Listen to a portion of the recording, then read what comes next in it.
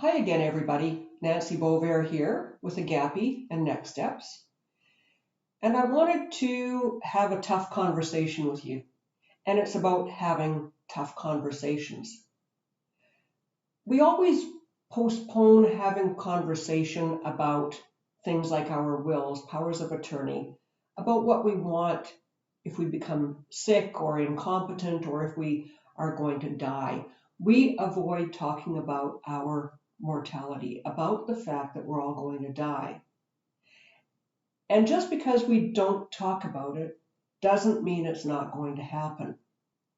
Now, this video is going to be specifically about having those tough conversations.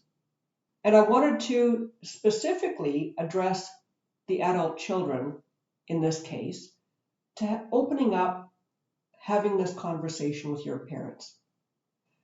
I know that people of my generation and older, especially, we didn't talk about things. You weren't supposed to tell people how much money you made. You didn't tell anybody any details about your life, and you certainly didn't talk about dying or your health. And now what's happening is the boomers are living longer than people have really ever lived before.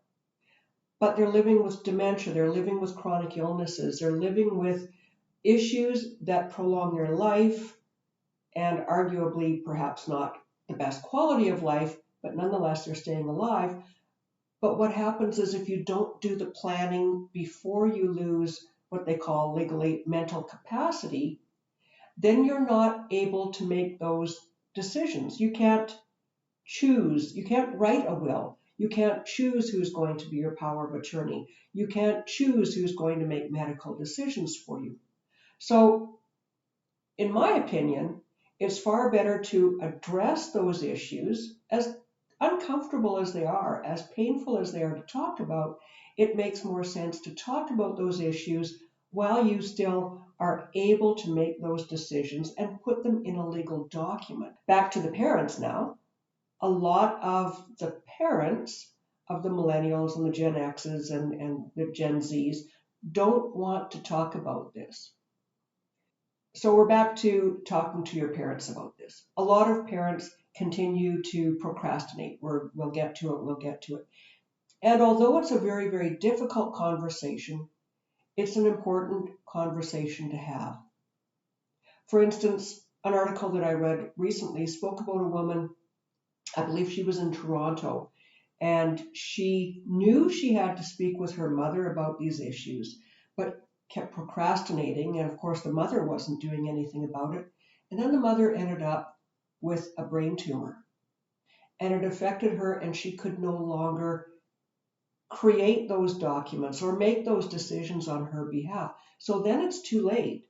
What happens if you don't have those documents in place is it creates an added burden to your family, because they have to then go and apply to the courts to be given the right to make decisions on your behalf. It's time consuming, it can be costly, and it's just so much simpler just to do it ahead of time.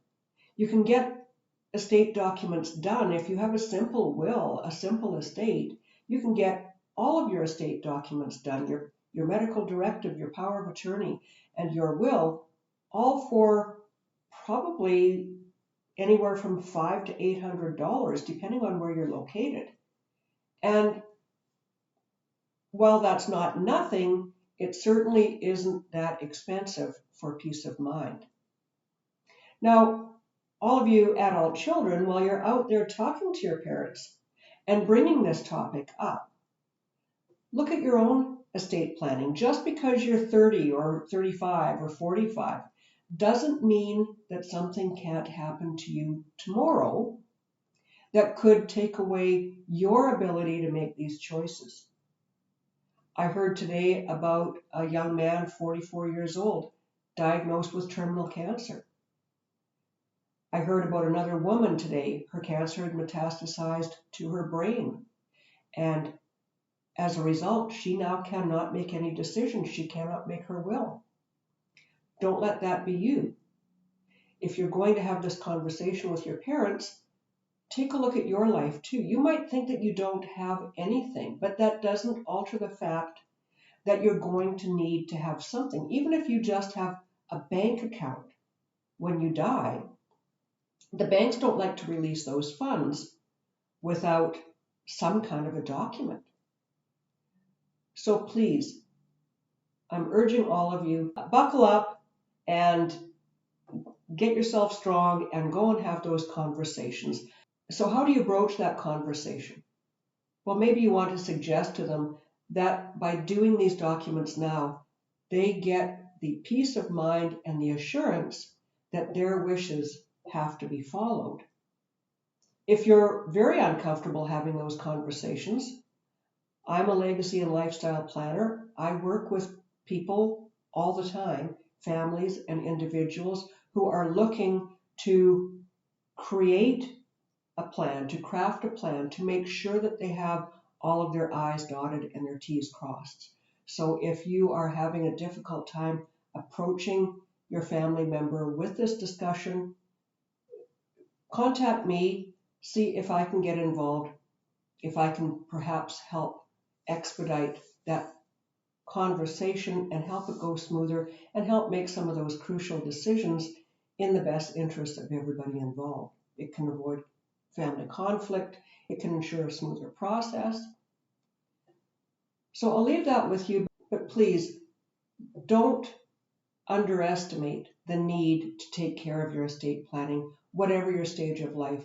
We don't know what's going to happen to us tomorrow, and you don't want to put your family and your loved ones through the additional pain of having to work with the courts to try to look after your best interests when it could all be alleviated by just taking steps now.